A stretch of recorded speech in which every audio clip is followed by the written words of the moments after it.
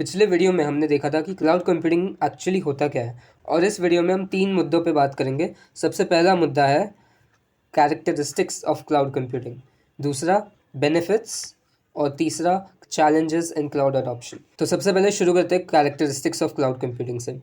तो कैरेक्टरिस्टिक्स का एक्चुअली मतलब क्या होता है? इसका मतलब है unique features which defines that thing. मतलब ऐसी यूनिक चीज़ है जो उस चीज़ को वो चीज़ बनाती है। जैसे एक स्ट्रॉबेरी आइसक्रीम की क्या कैरेक्टरिस्टिक्स हो सकती है? सबसे पहली तो कि कलर उसका पिंक है, फ्लेवर उसका स्ट्रॉबेरी है। तो ये जो दो चीज़ें हैं ना, ये उस स्ट्रॉबेरी आइसक्रीम को स्ट्रॉबेरी आइसक्रीम बनाती है। इसलिए ये दोनों चीज़ें उसकी कैरेक्टरिस्टिक्स हुई। वैसे ही हम उन चीज़ों के बारे में बात करेंगे जो क्लाउड कंप्यूटिंग को एक्चुअली क्लाउड कंप्यूटिंग बनाता है। सबसे पहली characteristics on demand self service. On demand का मतलब होता है वेन एवर यू नीड, मतलब जब तुम चाहो, और विदाउट ह्यूमन इंटरवेंशन। ये है सेल्फ सर्विस का मतलब मेरे और सर्विसेज के बीच में कोई भी इंसान का इन्वॉल्वमेंट नहीं रहेगा। जो क्लाउड यूजर्स है वो कभी भी एक्सेस कर सकते हैं और मैनेज कर सकते हैं कंप्यूटिंग रिसोर्सेज को जब वो चाहे, बिना किसी मैनुअल अप्रूवल के। तो एक एग्जांपल देखते हैं। जैसे ये इतनी सारी सर्विसेज है AWS प्लेटफॉर्म पे, अभी यूज़र्स इन सारी सर्विसेज में कुछ भी सिलेक्ट कर सकते हैं बिना किसी अमेजोन सपोर्ट को कॉल किए या ईमेल करिए। तो ये मतलब है ऑन डिमांड सेल्फ सर्विस का, जब तुम चाहो, बिना किसी इंसान के ज़रूरत के। दूसरी कैरेक्टरिस्टिक जिस पे हम बात करने वाले हैं वो है ब्रॉड नेटवर्क एक्सेस। ये पोर्टेबिलिटी से सिमिलर है। मतलब तुम चाहे तुम्हारे पास लैपटॉप हो या मोबाइल हो या टैबलेट हो, तुम इन क्लाउड सर्विसेज का कहीं भी इस्तेमाल कर सकते हो जब तक तुम्हारे पास इंटरनेट है। जैसे हम गिटहब पे रेपोज बनाते हैं, हम अपने कोड बेस को कहीं से भी एक्सेस कर सकते हैं, लैपटॉप से भी, अपने मोबाइल फ़ोन के गिटहब के ऐप से, या कॉलेज के कंप्यूटर से भी, as long as there is internet. इसी का मतलब है ब्रॉड नेटवर्क एक्सेस। फिर आता है रिसोर्स पुलिंग। रिसोर्स पुलिंग का मतलब है मैंने एक पूल बना दिया है सारे रिसोर्सेज का। तो जो भी क्लाउड प्रोवाइडर्स होते हैं, जो थर्ड पार्टी प्रोवाइडर्स हमने देखे थे, उनके पास एक लार्ज पूल होता है फिजिकल और वर्चुअल रिसोर्सेज का। जैसे सर्वर्स हो गए, स्टोरेज हो गया, नेटवर्क हो गया, और इन्हीं रिसोर्सेज को वो डायनामिकली शेयर कर सकते हैं अलग अलग यूजर्स से। जैसे ये देखो, ये रहा मेरा रिसोर्स पुल, ठीक है, रिसोर्स पुल। और ये रहा मेरा यूज़र वन, यूज़र 2 और यूज़र 3। अभी इसमें अभी इस रिसोर्स पुल में मेरे पास सारे सर्वर्स हैं, मेरे जितने भी स्टोरेज कंपोनेंट्स हैं, नेटवर्किंग, वो सारी चीज़ें मैंने इसमें डाल के रखी है। और ये अलग अलग यूज़र्स हैं। इन सारे यूज़र्स को मैं ज़रूरत के हिसाब से रिसोर्सेज दे सकता हूँ। यही मतलब है रिसोर्स पुल का। अभी इस यूज़र को पता नहीं है कि इस पूरे रिसोर्स पुल में मुझे एग्जैक्टली कौन सा सर्वर मिला है। ना ही इस यूज़र को पता है और ना ही इस यूज़र को पता है। पर एक बात पक्की है कि सारे यूज़र्स को जितनी ज़रूरत है उसके हिसाब से रिसोर्सेज मिल जाएंगे। The users don't know exactly where their data is stored, but the system ensures each one gets what they need. Example हो गया कि गूगल क्लाउड जो है उसके कहीं सारे डेटा सेंटर्स हैं, और उन्हीं डेटा सेंटर्स में बहुत सारे सर्वर्स भी हैं। पर जब यूज़र को एक वर्चुअल मशीन बनानी है, अभी वर्चुअल मशीन क्या होता है ये हम आगे देखेंगे, पर यूज़र को अगर कोई वर्चुअल मशीन बनानी है तो उस पूरे पुल में से थोड़े जितने भी रिसोर्सेज चाहिए उस वर्चुअल मशीन को बनाने के लिए, वो असाइन हो जाते हैं उस यूज़र को। ये या तो फिर एक फिजिकल सर्वर से भी हो सकता है, या कुछ कुछ पोर्शन सारे सर्वर से मिला के भी हो सकता है। अब बात करते हैं चौथी कैरेक्टरिस्टिक की, जो है रैपिड इलास्टिसिटी। इलास्टिसिटी हमने पहले ही देखा था। इलास्टिसिटी का मतलब क्या होता है? जैसे रबर बैंड स्ट्रेच हो सकता है और कंप्रेस हो सकता है, वैसे ही मेरे रिसोर्सेज भी स्ट्रेच हो सकते हैं और कंप्रेस हो सकते हैं मेरे डिमांड के हिसाब से। तो cloud resources can be quickly scaled up और स्केल्ड डाउन ऑटोमेटिकली और मैनुअली बेस्ड ऑन डिमांड। जैसे कोई ई-कॉमर्स वेबसाइट हो गई जिसने AWS पे होस्ट कर रखी है अपनी वेबसाइट, अभी ऑटोमेटिकली वो जो AWS वाला सिस्टम है वो सर्वर्स को इंक्रीज करते रहता है जैसे जैसे ट्रैफिक की अपर लिमिट हिट होते रहती है। और जैसे ही वेबसाइट पे लोड कम हुआ, वैसे ही सर्वर्स का भी एलोकेशन कम हो जाता है, जिससे पैसे भी बचते हैं और एफिशिएंट यूज़ भी होता है। और जो पांचवी कैरेक्टरिस्टिक है वो है मेजर्ड सर्विसेज, मतलब पे एज यू गो मॉडल। जो एग्जांपल हमने यहाँ देखा था कि ऑटोमेटिकली वो AWS का सिस्टम डिटेक्ट कर रहा है कि ट्रैफिक ज़्यादा है कि कम है, और इसी हिसाब से सर्विस को एलोकेट और डी एलोकेट कर रहा है। तो ऐसे बहुत सारे थर्ड पार्टी प्रोवाइडर्स में ऑलरेडी ऐसा सिस्टम है जहाँ पे ऑटोमेटिकली ट्रैक होता है रिसोर्सेज का कितना यूजेज हो रहा है। और इससे दो फायदे, एक तो जो थर्ड पार्टी प्रोवाइडर्स हैं उनका कॉस्ट बचता है, और दूसरा हमारा भी कॉस्ट बचता है, क्योंकि हमें उन्हीं सर्विसेज के लिए पे करना है जी हमें अभी ज़रूरत है। तो हो क्या रहा है? ऑटोमेटिक मीटरिंग, मतलब हमारी यूजेज को ट्रैक किया जा रहा है ऑटोमेटिकली। और जब हम एफिशिएंटली ट्रैक कर पा रहे हैं कि हमारा एक्चुअली यूजेज कितना हो रहा है, तो कॉस्ट ऑप्टिमाइज भी हो रही है और बिलिंग रिपोर्ट्स भी अच्छे से जनरेट हो पाती है। थर्ड पार्टी प्रोवाइडर और हमें खुद को पता है कि कितना रिसोर्स एक्चुअली यूज़ हुआ है। तो इसका एग्जांपल क्या हो सकता है, जैसे जीसीपी पे ही if you run a virtual machine for 3 hours you are only build for 3 hours. तो ऐसा भी नहीं कि तुम्हें पूरे दिन का भरना पड़ेगा या महीने का भरना पड़ेगा।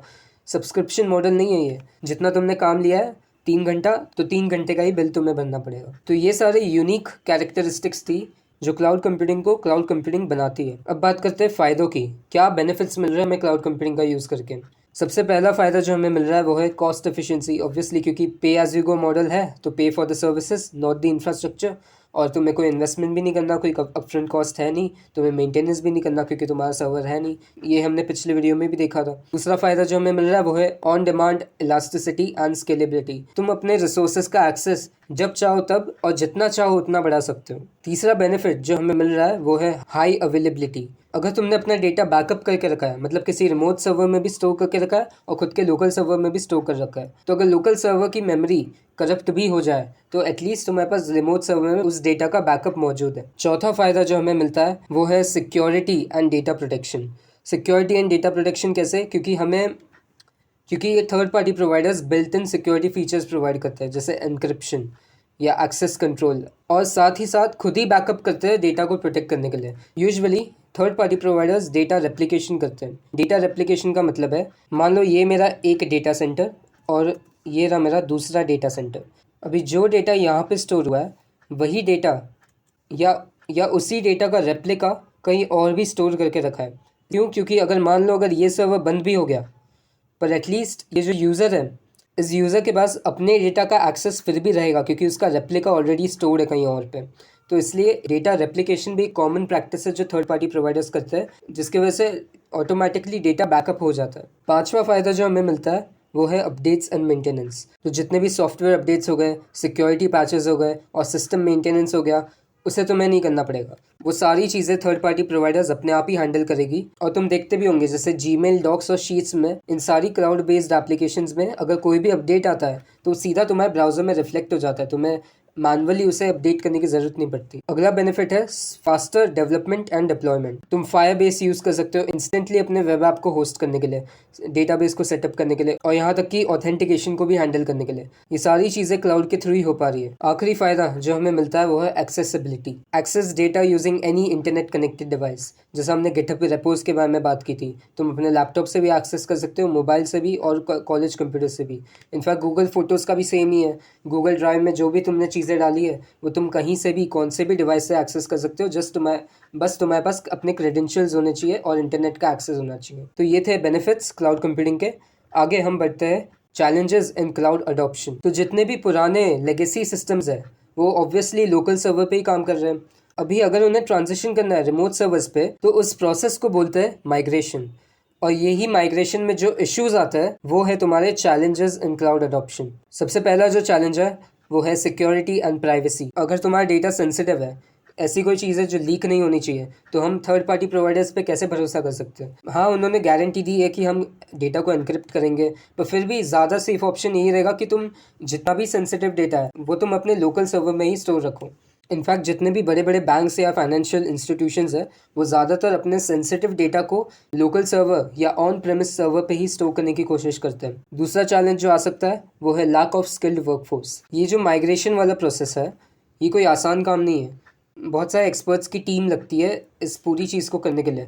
तुम्हें डेवऑप्स इंजीनियर्स लगेंगे, डेटा एडमिनिस्ट्रेटर्स लगेंगे, सॉफ्टवेयर डेवलपर्स लगेंगे, cloud architects, security engineers, product managers, इतने सारे लोग लगते हैं इस पूरे माइग्रेशन को एग्जीक्यूट करने के लिए।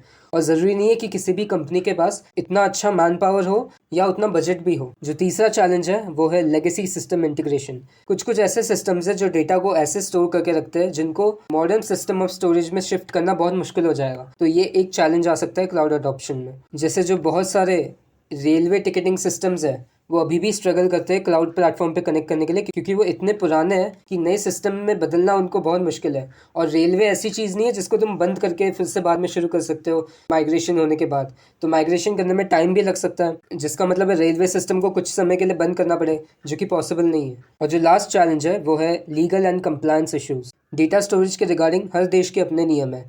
आरबीआई ने ये मैंडेट करके रखा है कि इंडियन बैंक्स जो है वो अपना जो कस्टमर का फाइनेंशियल डेटा है वो सिर्फ इंडिया में ही स्टोर करेंगे, कोई और यूएस के सर्वर्स पे स्टोर नहीं किया जा सकता। इसलिए बहुत सारे थर्ड पार्टी प्रोवाइडर्स को इंडिया में अपने डेटा सेंटर्स को एस्टैब्लिश करना पड़ा। तो ये थे 4 challenges: security and privacy, lack of skilled workforce, legacy system integration और लीगल एंड कंप्लायंस इश्यूज। साथ ही साथ हमने कुछ बेनिफिट्स भी देखे थे, वो थे कॉस्ट एफिशिएंसी, क्योंकि पे एज यू गो मॉडल है, on demand elasticity, high availability, security and data protection, automatic updates and maintenance, faster development and deployment और एक्सेसिबिलिटी। तो ये 7 बेनिफिट्स थे। और साथ ही साथ हमने देखे 5 यूनिक फीचर्स जो क्लाउड कंप्यूटिंग को क्लाउड कंप्यूटिंग बनाते हैं। ऑन डिमांड सेल्फ सर्विस, मतलब बिना किसी ह्यूमन इंटरवेंशन के जब चाहो तब तुम कोई भी सर्विसेज को यूज़ कर सकते हो। ब्रॉड नेटवर्क एक्सेस, कोई से भी डिवाइसेस जिस पे इंटरनेट चल रहा है उस पर तुम क्लाउड सर्विसेज का यूज़ कर सकते हो। रिसोर्स पुलिंग, एक बहुत बड़ा पुल है रिसोर्सेज का, सारे यूजर्स को उनकी रिक्वायरमेंट के हिसाब से रिसोर्सेज असाइन हो रहे हैं। चौथा है रैपिड इलास्टिसिटी, और फाइनली पे एज यू गो मॉडल या मेजर्ड सर्विसेज। तो अब तक हमने देखा है कि क्लाउड कंप्यूटिंग क्या होता है, कैरेक्टरिस्टिक्स, चैलेंजेस इन अडॉप्शन और बेनिफिट्स। अगले वीडियो में हम देखेंगे एवोल्यूशन ऑफ क्लाउड कंप्यूटिंग, मतलब ये पैराडाइम शिफ्ट एक्चुअली हुआ कैसे, शुरुआत में कंप्यूटिंग कैसे होती थी और ऐसी कौन सी चीज़ें हुई जिसकी मदद से हम यहाँ तक पहुँचे। अगर वीडियो पसंद आया हो तो लाइक एंड सब्सक्राइब।